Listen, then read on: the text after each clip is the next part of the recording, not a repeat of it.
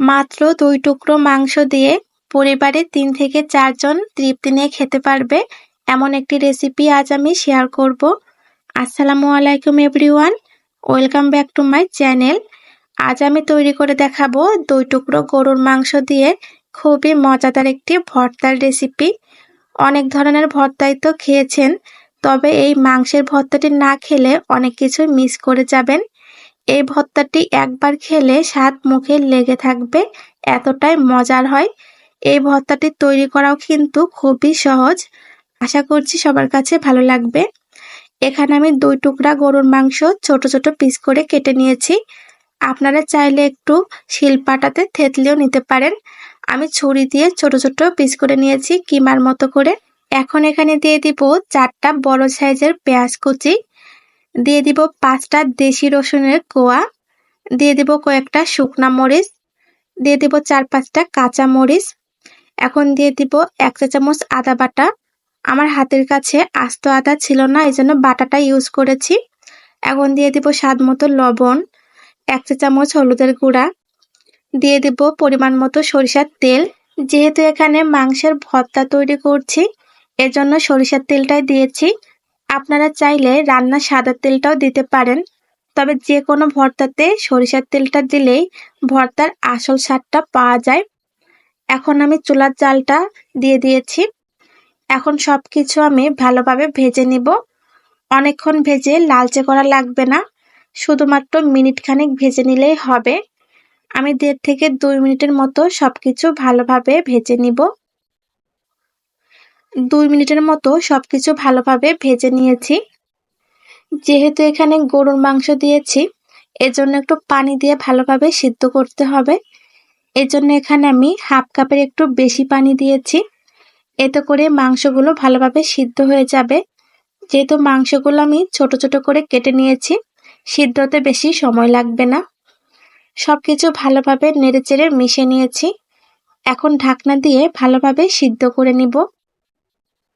ফিরে এসেছি বেশ কিছুক্ষণ পর। ভালোভাবে সবকিছু নেড়েচেড়ে দিব। এ পর্যায়ে মাংসগুলো ভালোভাবে কিন্তু সিদ্ধ হয়ে গিয়েছে। আমি এখন আর ঢাকনা ব্যবহার করব না। ঢাকনা ছাড়াই বেশ কিছুক্ষণ জাল করে এই পানিটা টানিয়ে নিব। আমি বেশ কিছুক্ষণ জাল করে পানিটা টানিয়ে নিয়েছি, দেখুন। এখন সবকিছু একটু লালচে করে ভেজে নিতে হবে। এখন এ পর্যায়ে দিয়ে দিব ১ চা চামচ জিরা। জিরা দিয়ে ভালোভাবে নেড়েচেড়ে ভেজে নিব। আপনারা চাইলে এখানে কালো জিরাটাও দিতে পারেন, তবে আমার কাছে জিরার ফ্লেভারটাই বেশি ভালো লাগে। সবকিছু ভালোভাবে দেখুন লালচে ভাজা হয়ে গিয়েছে। এখন আর বেশি ভাজবো না। এ পর্যায়ে চুলা থেকে নামিয়ে নিতে হবে। অতিরিক্ত ভেজে পুড়িয়ে ফেলা যাবে না, এমন লালচে হলে চুলা থেকে নামিয়ে নিতে হবে। আমি চুলা থেকে নামিয়ে নিয়েছি। আমি একটা শিলপাটাতে নিয়ে নিয়েছি ভালোভাবে ভর্তা তৈরি করার জন্য। আপনারা চাইলে ব্লেন্ডার জারে দিয়েও করতে পারেন, তবে যে কোনো ভর্তাই আমি শিলপাটাতে তৈরি করতে পছন্দ করি। শিলপাটাতে ভর্তা তৈরি করলে এর টেস্টটা অনেক ভালো আসে। আপনারা চাইলে ব্লেন্ডারে ইউজ করতে পারেন, কোনো সমস্যা নাই। সবকিছু এখন আমি ভালোভাবে বেটে নিব। এমন নিত্য নতুন রেসিপি পেতে আমার চ্যানেলটি সাবস্ক্রাইব করে রাখতে পারেন। যারা ফেসবুক পেজ থেকে দেখছেন, পেজটি ফলো দিয়ে রাখবেন।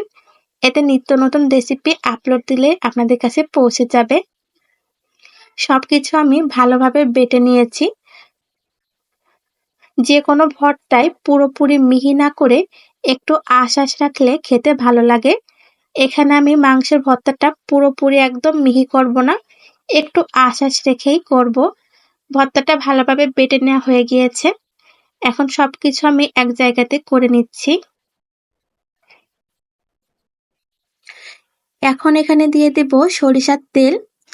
এভাবে সবশেষে সরিষার তেলটা দিলে ভর্তার মধ্যে সরিষার তেলের স্ট্রং ফ্লেভারটা পাওয়া যায়, টেস্টটা আর অনেক ভালো আসে। সরিষার তেল দিয়ে আমি ভালোভাবে মেখে নিচ্ছি। ভালোভাবে মেখে নেওয়া হয়ে গিয়েছে, দেখুন। মাংসের ভর্তাটা তৈরি করা কমপ্লিট, পরিবেশন করে নিব। এদিকে আমি পাটাতে ভাত নিয়ে বসে পড়েছি। আর দেরি সহ্য হয় নাই, এই ভর্তাটা এতটাই মজার। আর এভাবে পাটাতে ভাত মেখে খেতেও কিন্তু অসম্ভব ভালো লাগে। যে কোনো ভর্তা তৈরি করার পরে পাটাতে যে ভর্তাটা লেগে থাকে, সেই ভর্তার সঙ্গে গরম ভাত এভাবে মাখিয়ে খেতে খুব মজা লাগে। কারা কারা এভাবে পাটাতে ভাত মাখা খান অবশ্যই কমেন্টে জানাবেন। আমার তো খেতে অসম্ভব ভালো লাগে। আর ভর্তাটা এতটা মজা আর দেরি সহ্য হলো না আমার। তৈরি হয়ে গেল খুবই মজাদার গরুর মাংসের ভর্তা। একবার হলেও এই গরুর মাংসের ভর্তাটি ট্রাই করবেন। আশা করছি এর স্বাদটা কখনো ভুলতেই পারবেন না। আজকের মতো এ পর্যন্তই। আবারও হাজির হব নিত্য নতুন রেসিপি নিয়ে। সবাই ভালো থাকবেন, সুস্থ থাকবেন। আল্লাহ হাফেজ।